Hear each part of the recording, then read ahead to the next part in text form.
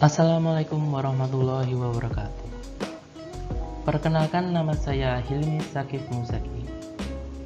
Saya di sini akan membahas tentang sumber hukum keluarga.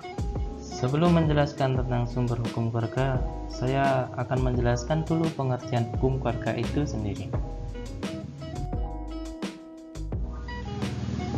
Pengertian hukum keluarga menurut Abdul Wahab Khalaf adalah tuntutan Allah yang berkaitan dengan perbuatan orang yang sudah dewasa menyangkut perintah, larangan, dan boleh tidaknya untuk melaksanakan atau meninggalkan sesuatu. Kemudian juga ada menurut Ali Afandi, yaitu keseluruhan ketentuan yang mengatur hubungan hukum yang bersangkutan dengan kekeluargaan saudara dan kekeluargaan karena perkawinan.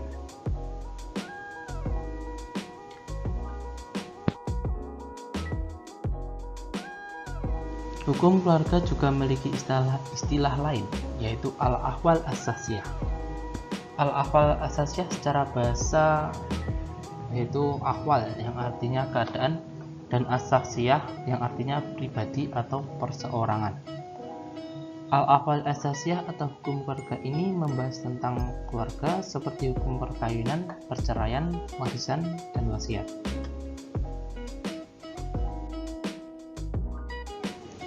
Sumber hukum keluarga. Sumber hukum keluarga di Indonesia dibagi menjadi dua, ada hukum Islam dan hukum lain. Karena di Indonesia penduduknya mayoritas beragama Islam, jadi ada pengkhususan untuk hukumnya. Meskipun begitu, Indonesia juga tetap memperhatikan pemeluk agama lain dengan memberikan opsi hukum lain seperti hukum barat dan hukum adat.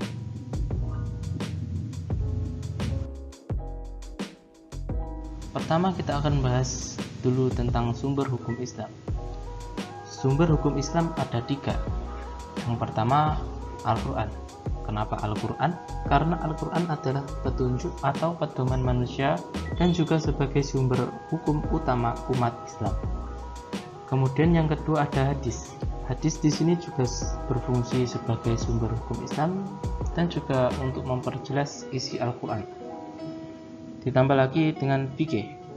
Fikih sendiri adalah bidang ilmu dalam syariat Islam yang secara khusus membahas persoalan hukum yang mengatur berbagai aspek kehidupan manusia, baik kehidupan pribadi, bermasyarakat, maupun kehidupan manusia dengan Tuhannya.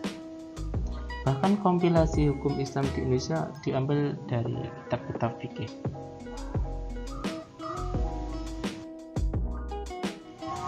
Kemudian sumber hukum lain. Sumber hukum lain di sini ada dua, barat dan adat. Hukum barat di Indonesia berasal dari Belanda yang sudah diterapkan sejak lama, yaitu hukum acara perdata atau dalam bahasa Belanda dikenal dengan Burgerlijk-Wetboek. Kemudian ada hukum adat. Hukum adat ialah serangkaian aturan yang mengikat dan bersumber dari kebiasaan dan diterima menjadi hukum secara turun-temurun.